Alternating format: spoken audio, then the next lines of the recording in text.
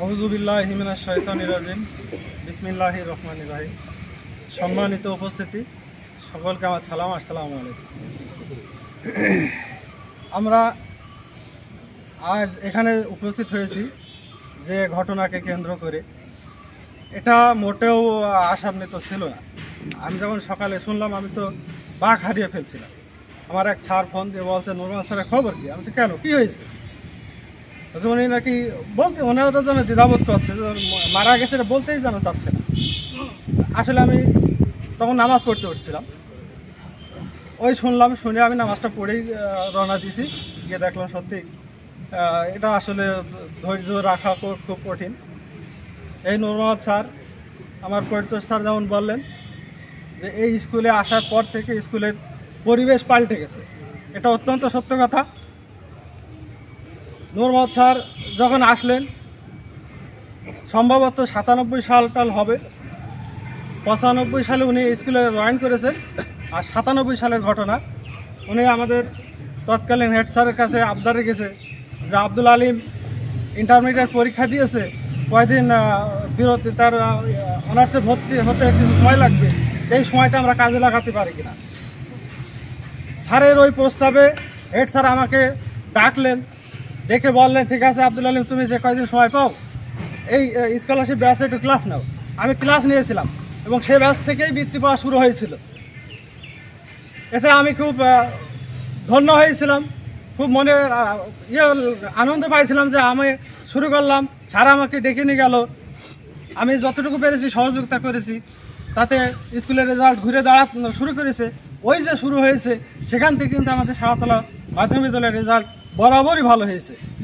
এই নূর মোহাম্মদ পরবর্তীতে তো আমি প্রধান শিক্ষকের দায়িত্ব পেলাম, তখন আমি তার প্রয়োজনটা বেশি বেশি অনুভব করলাম।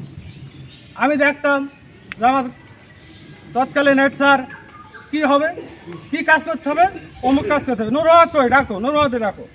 এই নূর মোহাম্মদ ছাড়াই যেন চলতো না। আমি যখন দায়িত্ব নিলাম, তখনও দেখি একই কাহিনী, যে নূর মোহাম্মদ কই, নূর মোহাম্মদ স্যার ছাড়া তো এ কাজ করবে কে? স্যার সাই যেতে হবে, নূর মোহাম্মদ। অমুক জায়গায় খেলা করতে হবে, নূর মোহাম্মদ। স্থানীয়ভাবে খেলা করতে হবে, নূর মোহাম্মদ। নূর মোহাম্মদ ছাড়াই যেন চলতো না। এমন একটা প্রয়োজনীয় ব্যক্তিত্ব তিনি। ছাত্রদের মাঝে যেমন জনপ্রিয় ছিলেন, শিক্ষকদের মাঝেও জনপ্রিয় ছিলেন। যখনই কোনো সমস্যা এসেছে, তিনি বুক চিতিয়ে দাঁড়িয়ে গেছেন সামনে, সেই সমস্যাটাকে তিনি সমাধান করেছেন। তো তার প্রয়োজনীয়তা আমরা আরও বেশি বেশি অনুভব করব। উনি যখন থাকবেন না, তখন নিঃসন্দেহে আমরা তার প্রয়োজনীয়তাটা অনুভব করব।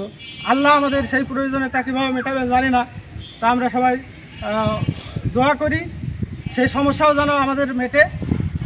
কিছুদিন আগে এই আমাদের ষান্মাসিক পরীক্ষা শুরু হচ্ছে, আমার মনে অন্তর থেকে ডেকে বলছে, নিজে নিজে আমি মনে মনে তোলাপড়া করছি যে নূর মোহাম্মদ স্যারের বিদায়টা খুব ঘটা করে দেবো, আগামী বছরের জুলাই মাসে বিদায়টা হবে, এই জুলাই। কিন্তু আজকে সেই জুলাই মাস পার করতে পারলাম না, তাকে চির বিদায় দিতে হচ্ছে। এটা যেন বুক ফেটে যাচ্ছে, একথা বলতে যেন বুক ফেটে যাচ্ছে। কিভাবে বিদায় নেবো নাকি, অসহ্যটা বিষয়, তারপরও সহ্য করতে হবে, এর উপরে কারো হাত নেই। আমরা তার জন্য দোয়া করি, তার পরিবারের জন্য দোয়া করি, তিনি যেন, তার পরিবার যেন এইসব কাটিয়ে উঠতে পারি, আমরাও যেন তার প্রয়োজনটা মিটে দিতে পারি। আল্লাহ যেন আমাদের সেই সুযোগ দান করেন এবং তার যে ভুল ত্রুটি আছে, আল্লাহ যেন ক্ষমা করে দেন।